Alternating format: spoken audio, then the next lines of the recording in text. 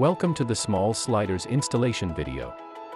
We created this video to guide you through a smooth installation of the sliders modular, also known as the can. We hope this answers most all of your questions. But if not, please call us and we will answer any additional questions you may have and give you further guidance. We want to make this installation as smooth as possible for you. You may call Dennis at 386-679-3316 or Bill at 386-679-2258.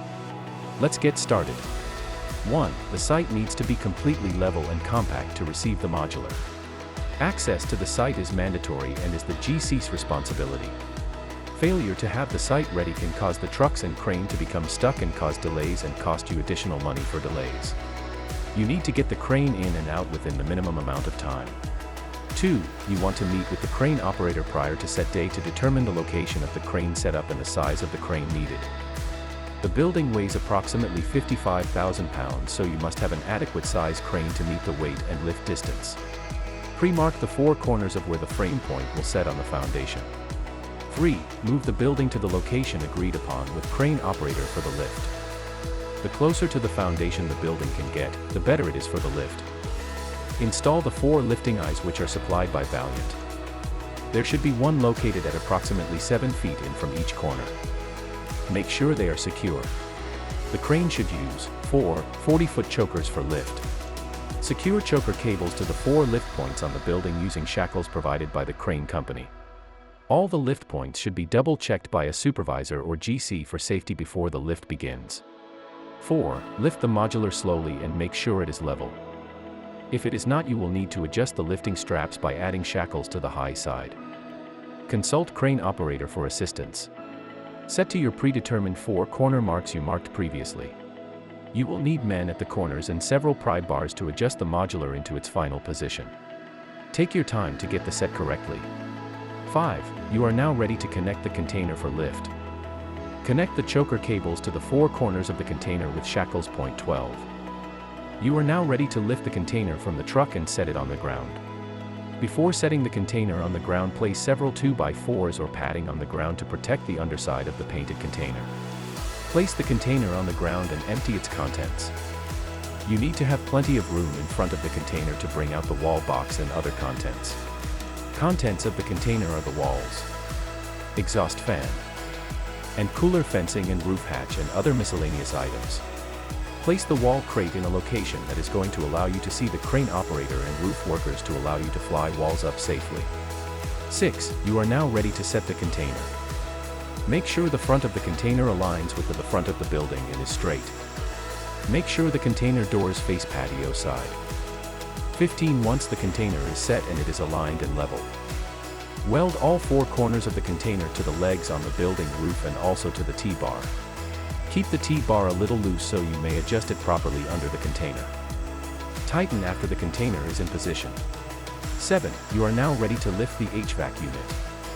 Attach cables to the lower lifting points at the bottom of the unit with shackles. Before setting the HVAC unit, install the 1-inch foam insulation tape around the perimeter of the top of the roof curb and the perimeter of the supply hole. This is shown on the video. The tape is provided by Valiant. Check to make sure you are setting the unit correctly as to front and of building side toward container as marked on unit. Also, the air supply hole on the bottom of the unit matches the hole in the roof curb. Before final set of the HVAC unit, you must pull electrical cables through the bottom of the unit.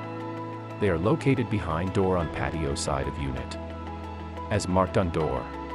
Electrical connection is to be made by your electrician for the power supply. HVAC unit must be fit even and snug on the curb to avoid any air loss. This is critical.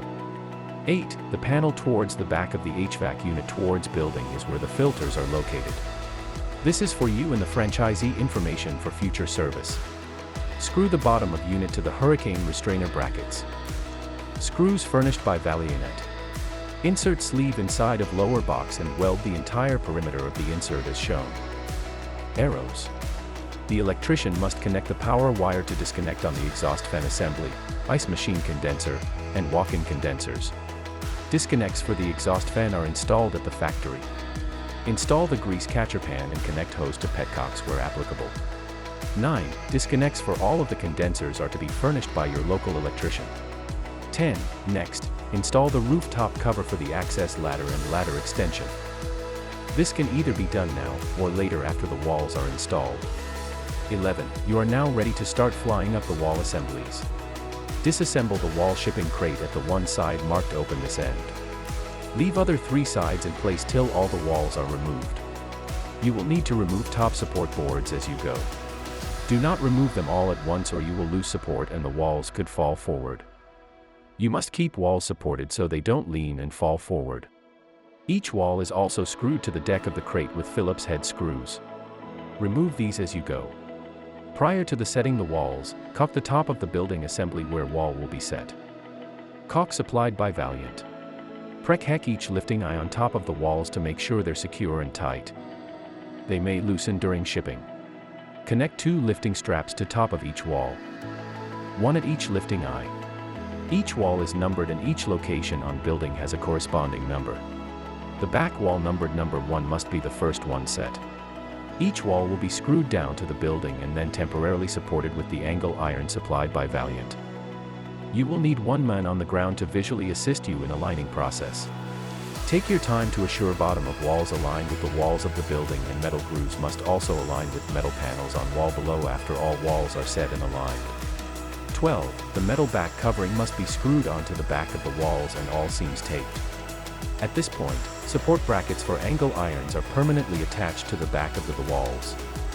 Using top bracket to align and straighten the wall by sliding the bracket up, which will push the top of the wall out or down pulling the top of the wall in. Bolts and screws supplied by Valiant. Metal seams of the backing metal to be covered with roofing tape supplied by Valiant. 13. The exterior wall seam pieces where walls connect need to be installed. Simply slide them into place and lock the edge over adjoining metal. Secure with pre-painted screws.